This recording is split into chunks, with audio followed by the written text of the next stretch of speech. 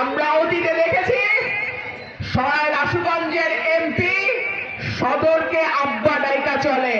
আমি হুমকিতে এতটুকু টলার মানুষ না।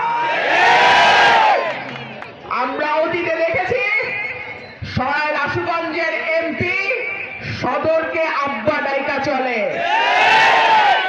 আপনারা কি সদরকে বাপ ডাকা এমপি চান? সকালবেলা ফজরের নামাজ পড়া সদরের এমপি তখনও লুঙ্গি বদলায় প্যান্টটা পরে নাই, বাড়ির মধ্যে গিয়ে হাজির হয়েছে আব্বা আব্বা কইরা। এমপি চান?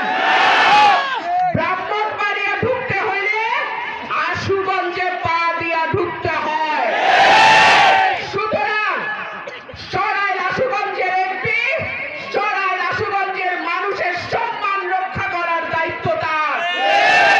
অন্য কোন আসনে বাপ ডাকলে সরাইল আশুগঞ্জের ইজ্জত থাকে না। প্রিয় ভাইরা আমার, কি নাই আমাদের?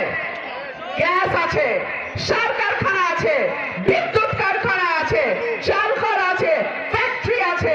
আল্লাহ যদি আমাকে আপনাদের দোয়া এমপি নির্বাচিত করে, আমার ব্যবসায়ী ভাইদের কাছে আমি ওয়াদা করছি এই এলাকাকে আমি আরো বেশি ব্যবসা বান্ধব করে তুলব।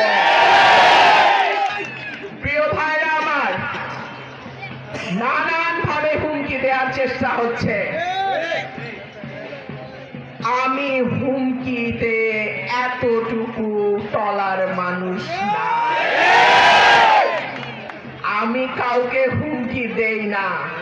তবে কেউ যদি আমার কোন নেতা কর্মী বা আমাকে ভয় দেখানোর দুঃসাহস করে, তাকে আমি আস্ত রাখি না। দুইটা ইউনিয়ন নিয়ে যখন আমার সঙ্গে ঝামেলা করতে আসছিল,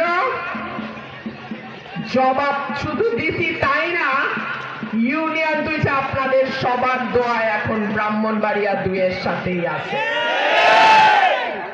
আমি যা বলি আল্লাহর হুকুমে আমি ততটুকুই করি।